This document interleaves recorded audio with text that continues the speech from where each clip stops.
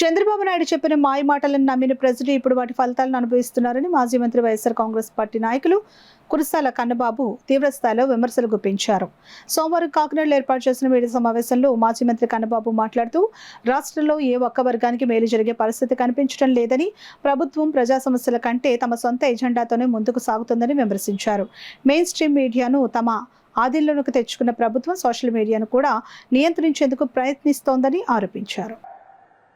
వాళ్ళు కూడా ఏం చేస్తున్నారంటే ఇది ఇండియన్ లాకి, భారతదేశ చట్టాలకి వ్యతిరేకంగా మీరు ఈ కంటెంట్ పెట్టారు కాబట్టి మీ మీద యాక్షన్ తీసుకుంటామనో, లేకపోతే మీ ఖాతాలను సస్పెండ్ చేస్తామనో నేరుగా ఆ ఖాతాలకి చెప్తా ఉన్నారు, ఆ అకౌంట్స్కి, లేదంటే వాటిని సస్పెండ్ చేస్తున్నారు. ఈ విధమైన పద్ధతి ఈ దేశంలో ఏ రాష్ట్రంలో లేదు. ప్రభుత్వమే తన మీద విమర్శలు రాకుండా ఉండడం కోసం, దాన్ని తిప్పికొట్టడం కోసం ఇంతకుముందు కాలంలో ఏదైనా తప్పుగా వస్తేనో, విమర్శ వస్తేనో దాన్ని మళ్ళీ తిప్పికొట్టడానికి ప్రభుత్వం జవాబుదారీగా ఉండేది. ఇప్పుడు అలా కాకుండా ఇలాంటి దారుల్లో నియంత్రించే కార్యక్రమం చేస్తూ ఉంది. లీగల్ ప్రొసీజర్లన్నింటినీ కూడా బైపాస్ చేసింది. బైపాస్ చేసి ఇప్పటికే వేలాది కేసులు బుక్ చేశారు, బెదిరిస్తున్నారు, స్టేషన్లకు పిలిచి చాలా తప్పుడుగా మాట్లాడుతున్నారు. ఈ మధ్యన కూడా చూసాం, సాక్షాత్తు మాజీ ముఖ్యమంత్రి గారు జగన్మోహన్ రెడ్డి గారి ప్రెస్ సెక్రటరీ, పార్టీలో జనరల్ సెక్రటరీగా ఉండి ఈ మీడియా బాధ్యతలు చూస్తున్న శ్రీహరి గారిని అరెస్ట్ చేసి సుమారుగా 2 కేసులు పెట్టి హైకోర్టులో కూడా ఆయన్ని బెయిల్ రాకుండా చేయడానికి విపరీతంగా ప్రయత్నం చేసింది. ప్రెస్ మీట్ పెట్టారని చెప్పి ప్రెస్ మీట్లో మాట్లాడారని పెట్టి నాగార్జున యాదవ్ అనే ఒక అఫీషియల్ స్పోక్స్ పర్సన్ని పోలీస్ స్టేషన్ చుట్టూ తిప్పుతున్నారు. ఇంకా కార్మూరి వెంకటరెడ్డి గారని, ఇంకా రకరకాల యాక్టివిస్టులందరినీ. అంటే పార్టీలో పనిచేసే వాళ్ళని, పార్టీకి మద్దతుగా ఉన్న వాళ్ళని, మద్దతుదారుల్ని వీళ్లతో పాటు ఒక అడుగు ముందుకేసి ఇప్పుడు నేరుగా ఇండివిజువల్గా అకౌంట్స్లో తమ అభిప్రాయాలను వ్యక్తం చేసిన వాళ్ళ మీద కూడా కేసులు పెడుతున్నారు. ఎంత దుర్మార్గం అంటే ఈ వైఎస్ఆర్సీపీ నిర్వహిస్తున్న ట్విట్టర్ అకౌంట్లో జగనన్న కనెక్ట్స్ అని ఒకటి ఉంది. ఆ జగనన్న కనెక్ట్స్లో ప్రధాని మోడీ గారికి వ్యతిరేకంగా కొన్ని పోస్టింగులు పెట్టారని ఒక అబద్ధాన్ని సృష్టించి ఎక్కడో నార్త్ ఇండియాలో పెట్టిన కొన్ని పోస్టులకు సంబంధించిన ఐడీలతో ఒక జాబితాని పొందుపరిచి దానికి బాధ్యుడిగా వైఎస్ఆర్సీపీలో నాయకుల్ని చూపించి ఆ జగనన్న కనెక్ట్స్ అనే ఆ అకౌంట్ని బాధ్యులను చేస్తూ కేసు పెట్టి నోటీసులు ఇచ్చారు. అసలు ఏమాత్రం సంబంధం ఉందా? అసలు ఆ కంటెంట్ ఈ జగనన్న కనెక్ట్స్ అనే ఖాతాకి సంబంధమే లేదు. అయినా సరే దీన్ని కాన్సన్ట్రేట్ చేయడానికి కారణం ఏంటంటే ఆ రీచ్ ఎక్కువ ఉంది కాబట్టి దాన్ని బంద్ చేయించాలి, దాన్ని మూయించాలి కాబట్టి ఇదిగో ఈ విధంగా తప్పుడు కేసులు బనాయించడం.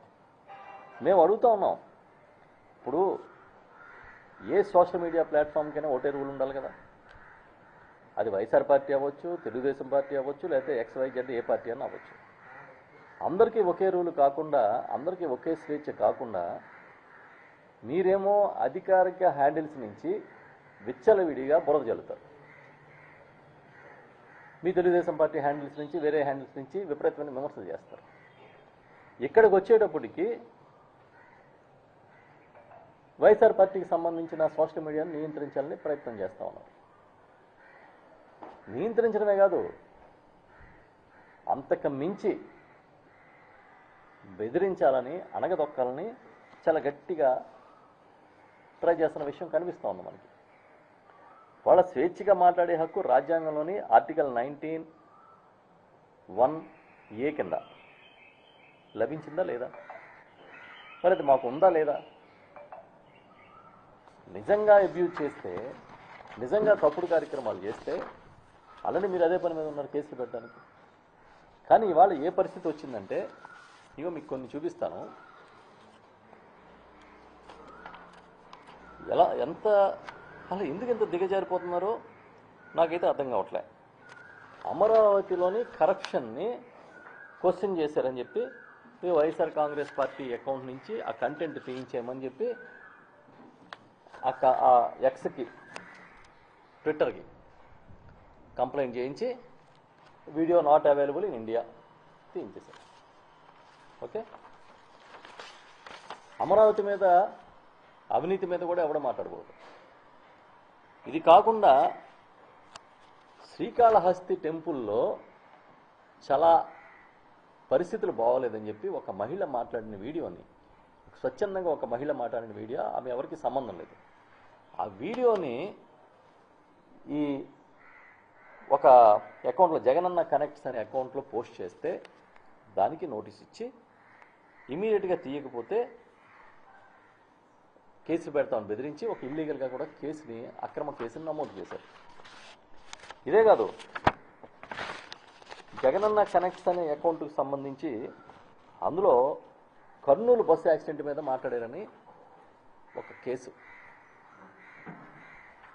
అవుతు శ్రీధర్, కారుమూరి వెంకటరెడ్డి, వీళ్ళందరి మీద ఒక కేసు ఫైల్ చేశారు. కర్నూలు బస్సు యాక్సిడెంట్ ఒక ప్రజలకు సంబంధించిన సమస్యే కదా. విచ్చలవిడిగా బస్సు యాక్సిడెంట్లు జరుగుతున్నాయి, 3-4 యాక్సిడెంట్లు జరిగినాయి. హైకోర్టే దాని మీద రెస్పాండ్ అయింది.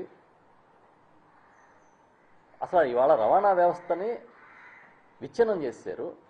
ఒక రూలు లేదు, ఒక రెగ్యులేషన్ లేదనే పరిస్థితి ఇవాళ ప్రజలందరూ చాలా ఆవేదనగా ఆగ్రహంగా ఉంటే దాని మీద ఎవరో మాట్లాడిన సామాన్యులు మాట్లాడిన మాటలను పోస్ట్ చేశారని అకౌంట్ని సస్పెండ్ చేయించే కార్యక్రమం, ఎఫ్ఐఆర్లు వేయించే కార్యక్రమం.